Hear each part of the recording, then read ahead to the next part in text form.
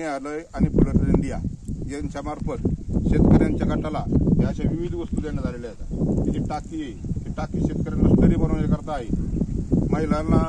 महिला शेतकरी गटांना खुरपे आणि जे गटाला टोकन यंत्र दिलेलं आहे। काही फावडे येतं, चिकन ट्रॅप येतं, गांडूळ बेड येतं। अशा प्रकारे स्नेहालय आणि फुलर इंडिया कंपनीनं शेतकऱ्यांना हे 50% अनुदानावर वाटप केलेलं आहे। 50% अनुदान शेतकऱ्याचं आणि 50% शासनाचं, असं करून हे शेतकऱ्याला ते वाटप करण्यात आलेलं आहे। स्नेहालय व फुलटन इंडिया संचलित आपण कृषी मित्र प्रकल्पांतर्गत या ठिकाणी आपण काही साहित्याची वाटप केलेली आहे आणि या गटामधील काही सदस्यांना हे आपण 50% अनुदानावर हे साहित्य वाटप करत आहेत। तर जरे भाऊ यांनी या वाटप व्यवस्थित करावं आणि त्या पद्धतीने या प्रकल्पाचं काम हे ससेवाडी या गावामध्ये चांगलं असं चालू आहे। गावामध्ये सेंद्रिय शेतीकडे शेतकरी वर्ग हा वळालेला आहे।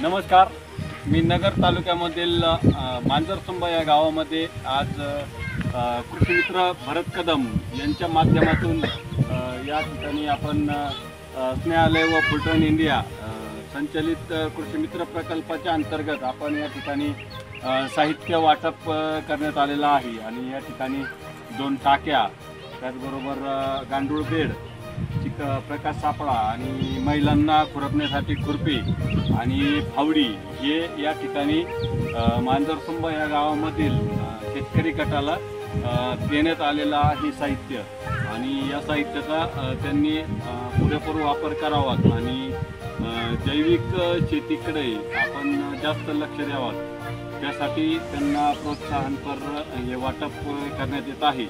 तरीही प्रकल्पाचं काम हे चांगलं असं जोरदार चालू आहे आणि भरत कदम यांच्या माध्यमातून या ठिकाणी मांजरसुंबा या गावामध्ये भरीव असं काम या ठिकाणी चालू आहे आणि त्यांना पुढील प्रकल्पाच्या पुढील कामासाठी शुभेच्छा देतो आणि थांबतो। धन्यवाद।